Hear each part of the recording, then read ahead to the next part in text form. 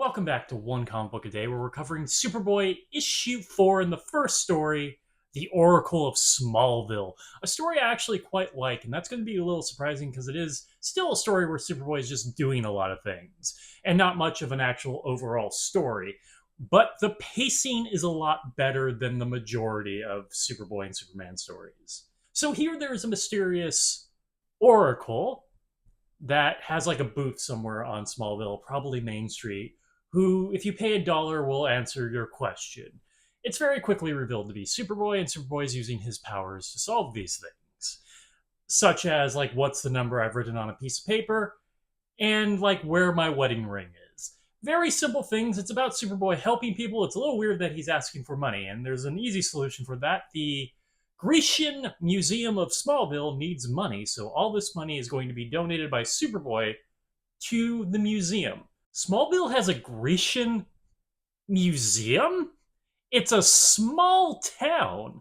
How many museums does it have? Is the Grecian Museum the only museum they have? It's a very specific type of museum. Smallville continues to confound me. Such an interesting little place. Like, I would believe a small farm museum or something, but not a Grecian museum. It's so specific. Maybe even an all-around museum. He's doing this all from a cave, by the way, because his powers are OP. He can see the ring from there, and he can throw his voice with the super ventriloquism powers he has, which keep being useful, even though they rarely come up anymore in the modern Superman. Actually, the last time I can think of them was when Tom King made the joke in the Wonder Woman comic that he was in about the super ventriloquism. But where things start to improve is criminals start asking him questions about stuff they want. So we go from finding rings and pipes to him like solving combinations to devilishly delightful ways of screwing over criminals because they're actively going up to him to help with their crimes. So he's like waiting in a safe when the guy forgot the combination of his safe. What makes this better than usual is it is a escalation of what is going on in the comic. Like figuring out what's happening in a safe and stopping a criminal is an escalation from finding a ring in a pipe. You can see that, right? So there isn't much of a pacing problem when usually whatever the crime is happening in the story that he stops like 3 times are all kind of equal in their intensity or level. That's one of the big problems with the 3 things is it doesn't really build on each other. I've complained about building to an ending so many times, but they're not building and there isn't actually a lot to them. They can tend to be boring because they're all at that same level. Here we are actually building until we get to where the story really shines, and that is the final conflict is criminals start asking who Superboy is, which puts him in a pickle. Now, what I like about this is he plays fair, so he's going to actively yell out his name, but he's going to cheat.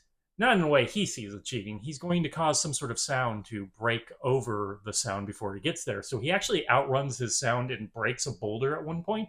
So it blasts out the sound when it gets to the Oracle. See, this is actual conflict. Not only to like the moral relativity of Superboy, Superman, that he has to play fair, but he has to find ways around it with his powers. It's finding conflict there. And it's making something that should be very simple harder, and it's actually staying with it for 2 or 3 pages to actually play with it, instead of him just dealing with it once and then we're done.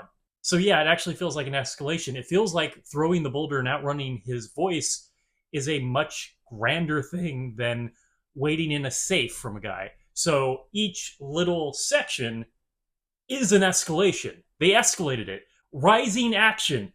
Oh my god, it's a functioning story. I mean, it's not a great story. I gotta throw a hole in it. I mean, it's a lovely at the very end where he gives the money over. I mean, we could have done so much more, but it just functions. It's the bare minimum of storytelling. So yeah, I like Superboy 4, the first story. The Oracle of Smallville. If you enjoyed this video, please like and subscribe. Hit the bell icon to get notifications when a new video goes up. I do this Monday through Friday, but Fridays is Bat Friday, where I cover Batman starring Detective Comics or Batman. And until next time, let's ponder the question, whatever did happen to the boy of tomorrow? And honestly, why couldn't he just keep doing this? It seemed like he was stopping crime more effectively than he did before. He just created a trap for all criminals to come up and talk to him. Okay, have a great day.